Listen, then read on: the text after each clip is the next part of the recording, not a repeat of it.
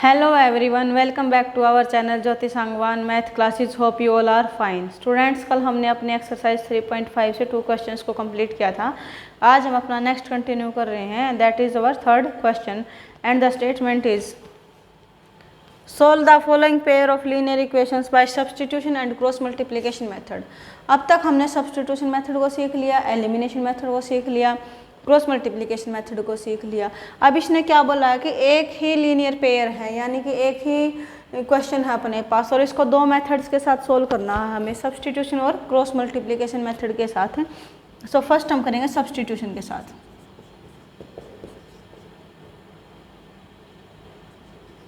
Substitution method, ठीक है। Substitution method के अंदर हम क्या करते हैं स्टूडेंट्स की एक वेरिएबल की वैल्यू निकालते हैं किसी भी एक इक्वेशन से और सेकंड के अंदर उसको हम पुट अप करते हैं।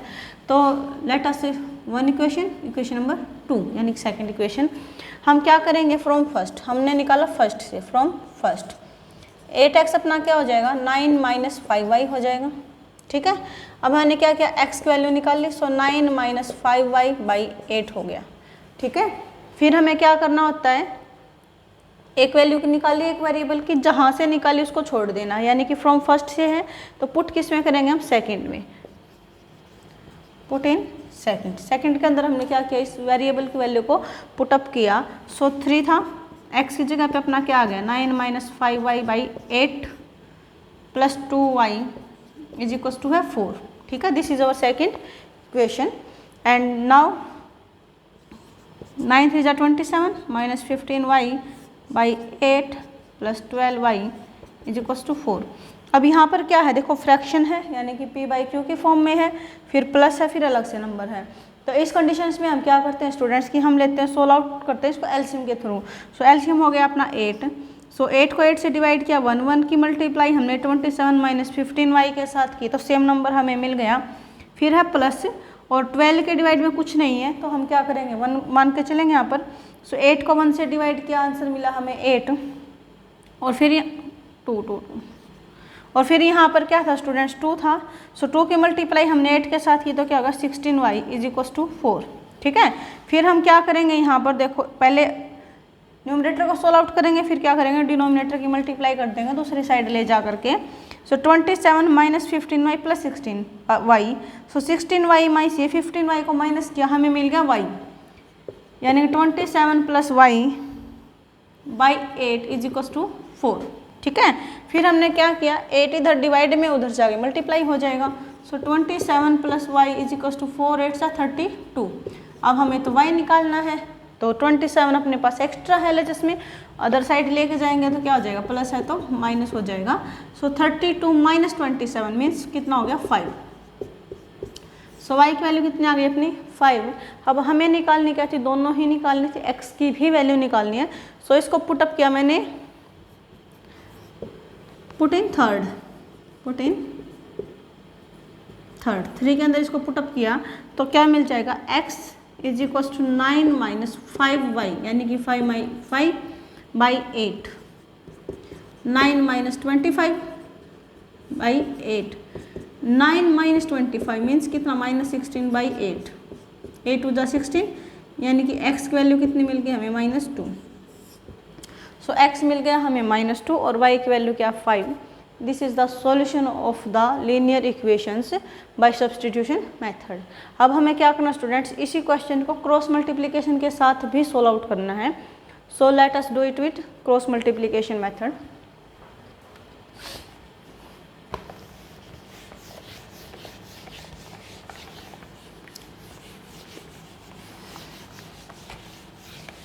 सो क्रॉस मल्टीप्लिकेशन मेथड के लिए हम क्या करते हैं स्टूडेंट्स, फर्स्टली रीअरेंज करेंगे इसको। कैसे 8x + 5y - 9 = 0। 9 है अपना इक्वल्स टू के अदर साइड था, उसको सेम साइड पे लेके आ जाएंगे। ऐसे ही 3x + 2y -4 हो जाएगा, इक्वल्स टू हो जाएगा 0। अब हमें लगाना है क्या इस पर, cross multiplication method, cross multiplication method, ठीक है। अब हम इस पे क्रॉस मल्टीप्लिकेशन लगाएंगे तो क्या था अपना, हम x लिखेंगे, y लिखेंगे और 1 लिखेंगे। फिर x को लिखना है तो x वाले नंबर्स को हम हाइड करेंगे, क्या अपने पास 5 2 -9 -4, सो 5 2 -9 -4। फिर हमें y के लिखने, क्योंकि अभी y आ गया अपने पास, y को हाइड किया तो क्या मिला -9 -4, जिसको हमने ऑलरेडी लिख लिया यहाँ पर। फिर अपना क्या बचता है 8 और 3, सो यहाँ पे हमने लिखा 8 और 3। फिर 1 हम लगाते हैं कॉन्स्टेंट के लिए, सो कॉन्स्टेंट को हाइड किया तो क्या आ गया 8 3 5 2, सो 8 3 हमने राइट कर लिया, क्या आ गया 5 और 2, ठीक है। फिर हम क्या करते हैं स्टूडेंट्स, एरो लगाएंगे अपने कि हाँ हमें ऐसे मल्टीप्लाई करनी है। और यहाँ पर एक चीज़ का और थोड़ा सा ध्यान रखना कि फर्स्ट जो मल्टीप्लाई होगी हम अप से डाउन आएंगे, यानी कि ऊपर से लेकर के नीचे मल्टीप्लाई करेंगे हम। तो फर्स्ट हम क्या किया x लिखा, फिर हमने y लिखा, फिर 1 लिखा, फिर हमने क्या किया लाइन लगाई, फिर इक्वल्स टू लगाया हमने, ठीक है। यहाँ तक का स्टेप सबको हो गया। अब हमें क्या करना है क्रॉस मल्टीप्लाई, 5 की मल्टीप्लाई -4 के साथ यानी कि -20, फिर फॉर्मूले के अकॉर्डिंग माइनस आएगा, और 2 की मल्टीप्लाई -9 के साथ यानी कि -18, सो माइनस माइनस क्या हो गया प्लस हो गया। फिर क्या है -9 की मल्टीप्लाई 3 के साथ कितना हो गया -27, फिर माइनस आएगा फॉर्मूले का, फिर -4 की मल्टीप्लाई 8 के साथ -32, माइनस और माइनस हो गया प्लस यानी कि +32 हो जाएगा।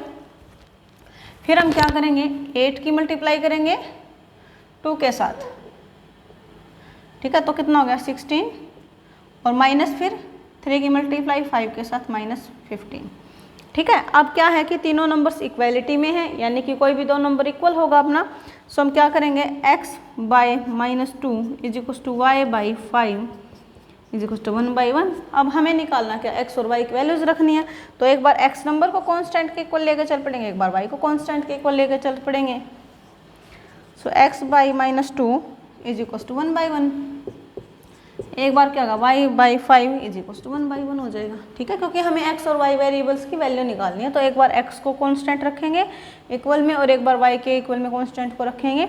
फिर हमने क्या निकालना है x निकालना, -2 डिवाइड में उधर जाके मल्टीप्लाई हो जाएगा, सो x इज इक्वल टू -2। सो यही वैल्यू हमें सब्स्टिट्यूशन मेथड से मिली थी। अब क्या है क्रॉस मल्टीप्लिकेशन से सेम रिजल्ट आ गया अपना, ठीक है। तो इससे आप वेरीफाई भी कर सकते हो कि दोनों रिजल्ट से मेरा क्या है सेम है दोनों मेथड के साथ, that means our answer is correct.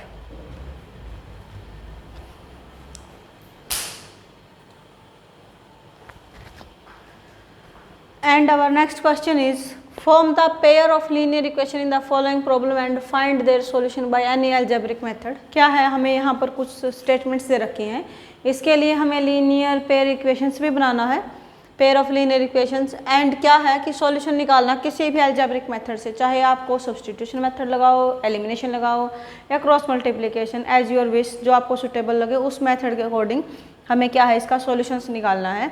तो क्या होगा स्टूडेंट, क्या बोला गया है, a part of monthly hostel charges is fixed, कि जैसे हॉस्टल में बच्चे रहते हैं तो उनसे क्या चार्ज किया जाता है, तो कैसे है कि मंथ के लिए एक पार्ट को फिक्स रखा गया, भाई हाँ इतना चार्ज हम आपसे लेंगे ही लेंगे, and the remaining depends on the number of days one taken has food in the mash. और जो रिमेनिंग पार्ट मतलब फिक्स्ड पार्ट को छोड़ के मंथली बाकी क्या है कि जितने बच्चे जैसे कि एक दिन का खाना खाएंगे तो उसके अकॉर्डिंग पर डे चार्ज उसके ऊपर लगता रहेगा, कि अगर फिक्स्ड है किसी बच्चे ने 2 दिन खाया तो 2 दिन का चार्ज देना, 3 दिन है तो 3 दिन, ऐसे मतलब पर डे चार्ज लगता है फिक्स के बाद। When a student a takes food for 20 days, कोई भी स्टूडेंट है ए, उसने 20 दिन के लिए खाना लिया, सी हैज़ टू पेज ₹1000। एक लड़की है ए नाम की है, उसने क्या है 20 दिन के लिए खाना लिया है और रुपये कितने दिए उसने 1000 रुपीज़ पे किए हैं as hostel charge. Whereas the student be takes food for 26 days, कोई भी एक स्टूडेंट बी है उसने 26 डेज के लिए क्या मैस से खाना लिया है, page ₹1180। Find the fixed charge and the cost of per day, हमें क्या है फिक्स्ड चार्ज निकालना है, कॉस्ट ऑफ पर डे निकालना है, यानी कि फिक्स्ड तो आपको देना ही देना है हॉस्टल वालों को, साथ में आप जितने दिन उनका मैस यूज़ करोगे खाना वगैरह लोगे वहाँ से आपको पर डे वहाँ पर क्या है चार्ज देना है। So we have to calculate fixed and the charge per day. So let the fixed charge be ₹X। क्या है कि फिक्स्ड चार्ज कितना लगता है अपना ₹X लगता है, and ₹Y be the charge per day. क्या है कि चार्ज पर डे हमने क्या लिया, y रुपीज़ ले लिया है। अब अपना क्वेश्चन क्या कहता है स्टूडेंट्स, अकॉर्डिंग टू क्वेश्चन कि देखो फिक्स तो आपको देना ही देना है, तो इसको तो आपको कैलकुलेट करना ही करना है। प्लस क्या देना है, जितने दिन का आप खाना लेते जाओगे उसके अकॉर्डिंगली आपको क्या पैसे देने हैं। अब एक ने क्या किया, 20 दिन के लिए खाना लिया है, यानी कि एक दिन में अगर y रुपीज़ देने होते हैं आपको, तो 20 दिन के कितने दोगे, 20 y दोगे। टोटल मिलाकर उसने दिया कितना, 1000 रुपीज़ दिए हैं। फिर क्या है, कोई भी स्टूडेंट बी है उसके लिए भी सेम कंडीशन सप्लाई, फिक्स तो देना ही है उसको, प्लस जितने दिनों खाना खाएगा मैस में उतना उसको अलग से चार्ज करना है। तो उसने क्या किया, 26 डेज के लिए फूड लिया है, 26 डेज के लिए, और पे किए हैं, यानी कि एक दिन का अगर वाई है तो 26 दिन का कितना हो जाएगा, 26 वाई, और टोटल चार्ज कितना पे किया उसने, 1180। उसके बाद हमें क्या करना होता है, मैं लगा रही हूँ यहाँ पर, इसने बोला था कोई भी एल्जेब्रिक एक्सप्रेशन, एल्जेब्रिक मेथड लगा के आप सॉल्यूशन निकालना है, मैंने यहाँ पर लगाया एलिमिनेशन मेथड। एलिमिनेशन मेथड के साथ आप क्या करते हो, वर्टिकली लिखते हो। उसके बाद हम क्या करते हैं, कोफिशिएंट्स को करते हैं सेम स्टूडेंट्स, किसी भी एक वेरिएबल के। अब यहाँ पर क्या एक्स के ऑलरेडी हैं, तो हमें ज़्यादा यहाँ पर मेहनत नहीं करनी पड़ेगी, सिंपली हम अपना माइनस करके हमें आंसर मिल जाएगा। तो क्या है कि फर्स्ट ऑफ ऑल लिखा हमने इनको वर्टिकली, ठीक है। तो x + 2y = 1000 और x + 20y, x + 26y = 1180। फिर मैंने क्या किया, साइन चेंज की, क्योंकि हम एलिमिनेशन मेथड लगा रहे हैं तो एक वेरिएबल के कोफिशिएंट्स को सेम करेंगे, एक वेरिएबल के यहाँ पर x ऑलरेडी हमें सेम मिल रहा है यहाँ पर, सो वी यूज इट। हमने क्या किया, फिर माइनस किया, यानी कि साइन चेंज किए। सो x प्लस था माइनस हो गया, 26 के आगे प्लस था ये माइनस हो गया, 1180 प्लस था ये माइनस में हो गया, तो x to x cancel out हो गया। 20 - 26 यानी -6y, 1000 - 1180 यानी कि -180, -2 माइनस कैंसिल आउट, y हमें निकालना है। सो 6 मल्टीप्लाई में इधर आके हो जाएगा डिवाइड, यानी कि 30। सो y की वैल्यू कितनी आ गई अपनी 30। y क्या था अपना, चार्ज पर डे, यानी कि पर डे आपको कितने रुपीज़ देने हैं वहाँ पर, 30 रुपीज़ देने हैं। उससे क्या साथ था, क्या फिक्स्ड चार्ज भी निकालना है जो कि x है। सो x को निकालने के लिए हम क्या करेंगे, y की वैल्यू 30 आप फर्स्ट में सेकंड में कहीं भी मर्जी आपकी मन है वहाँ पे रख देना। मैंने क्या क्या पुट किया, फर्स्ट में पुट इन 1। आपकी कंप्लीटली चॉइस रहेगी स्टूडेंट्स, आप सेकंड इक्वेशन में पुट करना चाहो तो सेकंड के अंदर पे इसको पुटअप कर सकते हो। सो अभी क्या हो जाएगा, x की जगह पे सेम आपका x है, प्लस है 20y, तो y की जगह पे अपना क्या आ गया है 30 = 1000, ठीक है। सो x 20 की मल्टीप्लाई 30 के साथ की हमें मिल गया 600 = 1000। हमें निकालना क्या है x, तो 600 यहाँ पर एक्स्ट्रा है तो उसको हम क्या करेंगे, अदर साइड लेके जाएंगे, यानी कि 1000 - 600 = 400। सो x कितना आ गया अपना 400। 400 x का मतलब क्या है यहाँ पर, फिक्स्ड चार्ज। तो फिक्स्ड चार्ज हमें कितना देना है, 400 रुपीज़, और चार्ज पर डे यानी कि y, चार्ज पर डे का मतलब क्या स्टूडेंट्स, y कितना आया अपना 30, यानी कि 30 रुपीज़, यानी कि जितने दिन आप हॉस्टल में रहोगे उसमें से 400 रुपये तो आपको फिक्स देना ही देना है। उसके बाद आप जितना अपना मील लेते जाओगे उतना आपको क्या चार्ज पे करता जाना वहाँ पर। आई होप कि आपको समझ में आया होगा स्टूडेंट्स। आज की क्लास में हम बस इतना ही करते हैं, नेक्स्ट हम अपना नेक्स्ट क्लास में करेंगे। तब तक आप वीडियो को अच्छे से देख के कोई भी डाउट आता हो तो कमेंट कीजिए, और वीडियो को ज़्यादा से ज़्यादा अपने फ्रेंड्स के साथ शेयर करो, चैनल को सब्सक्राइब करो। Thank you students.